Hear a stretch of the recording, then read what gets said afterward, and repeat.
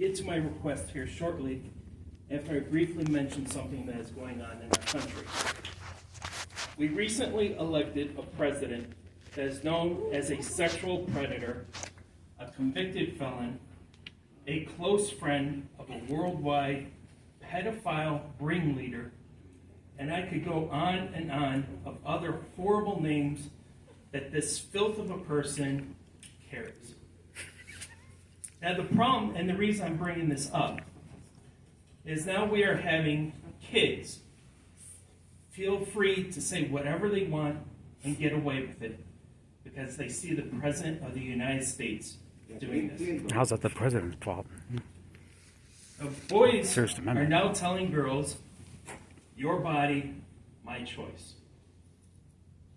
This is a sexual intimidation statement and should not be taken lightly. Children are also telling African American children to get ready to line up on January 7th to be bought and sold just like you were 200 years ago. And to be ready to be sent to plantations again. This racist sentiment is not acceptable. This is happening now in schools across the country. The superintendent from Farmington Hills School District just sent a message to families that this has happened in their school district. This should not be tolerated. I think that we should get ahead of this as soon as possible. I think that this is something that should not be tolerated. Children that are saying these things, they should be suspended immediately, and if it happens again, they should be expelled. Again, I do not think this is tolerable. This is something that I really and truly feel we should get ahead because we don't want those kids in a school. I said my piece. Thank you.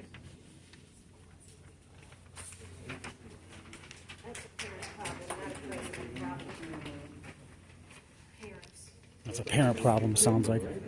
Has nothing to do with the president. Next speaker is Leanne.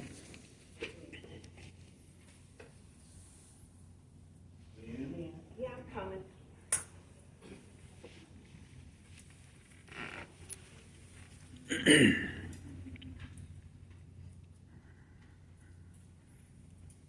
First off, my apologies to everyone for my daughter Amelia not speaking here tonight. She's at her job. Next, congratulations, Mr. Wade, on attending your first Trump rally. I hope you had a great time. No doubt you wanted to schmooze up to Republicans before the election. Next, thank you, Superintendent Roberts, for having those education major college students here at the last meeting. It allowed them to witness this board's utter disdain for public commenters here and learn how a school board can effectively alienate the community. Next, thank you, Denise, for showing everyone at the last meeting who you really are. At that meeting, this board wouldn't tell us how the district celebrated Patriot Week, which was September 11th through the 17th. You said, quote, you wanted us to come up with the list at the last minute of how we celebrated the week of Constitution and our liberty, unquote. You couldn't even call it by its proper name of Patriot Week. So I doubt you know if it was celebrated or not. Next, you were told about Patriot Week by Lou Miles at the September 9th meeting. He asked you back then to tell us at the September 30th meeting how the district celebrated. It wasn't until the last board meeting on October 21st that my daughter asked you how the district celebrated. Apparently, a 6-week time frame is considered last minute to you. Maybe if you actually listen to what speakers are saying at these meetings, you'd be able to keep the facts straight. I explained to you at that September 30th meeting the definition of a stakeholder. Again, you weren't listening as you falsely claimed then that I wasn't a stakeholder because I didn't live in the district. And you also didn't listen when I told you 4 meetings ago your superintendent doesn't even live in the district. So under your definition, Denise, he's not a stakeholder either. Not only are you a terrible listener, Denise, you're also a bully. You used your platform at the last meeting to mock my young daughter to her face by labeling her as disrespectful. Shame on you, Denise. No adult, especially a school board member, should ever mock or humiliate a child. Thank God we're seeing the last of you. How does this board interact with teachers? You've had a huge number retiring in the past year, including 40 just at the last meeting and some tonight. So something is obviously very wrong. But don't worry, President Trump will be making massive positive changes to the education system, which will directly affect district funding should you choose not to follow them. You will no longer be getting away with infringing on our rights or with mocking children at these meetings. Also, your barricade will be coming down and the public comment mic restored to the front of the room. Your tyranny ends in January. Thank you. I'd like to end on a positive note. Thank you very much for recognizing the veterans on Veterans Day. Being a military family, I do appreciate that this school district did that and recognized veterans. So thank you for that. Thank you for your time. Last speaker is Peter.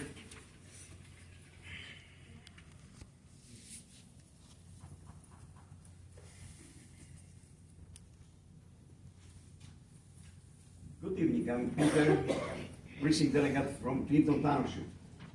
First speaker seems to me watching too much regime fake news media from CNN, NPR, PBS, ABC, NBC, etc. Associated Press. And consequences of elections. Make me shut up. If you don't like it, you may leave this country like many leaders promise. Don't like it, leave it. Well, you're going to be Let's say it's a win by Donald Trump. Guess what?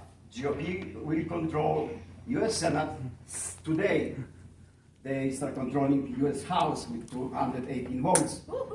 And Michigan House of Representatives. Today, President Trump announced, you should know it, that he will abolish useless federal education department and return education rights to the states.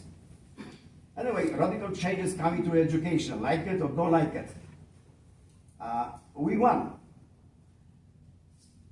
School choice is the civic right issue in our time, and parents must have a voice in their children's education.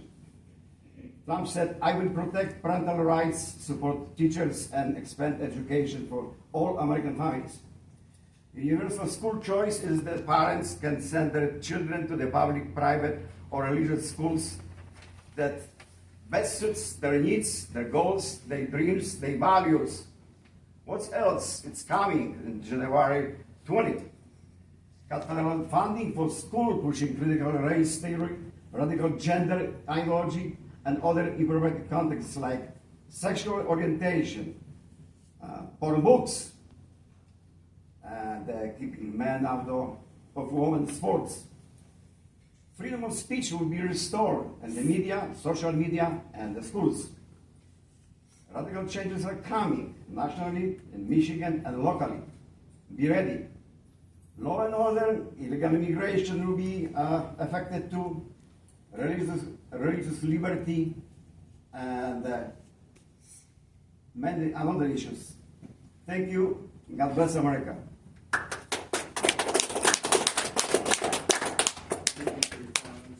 Next item on the agenda is Alvin by the board.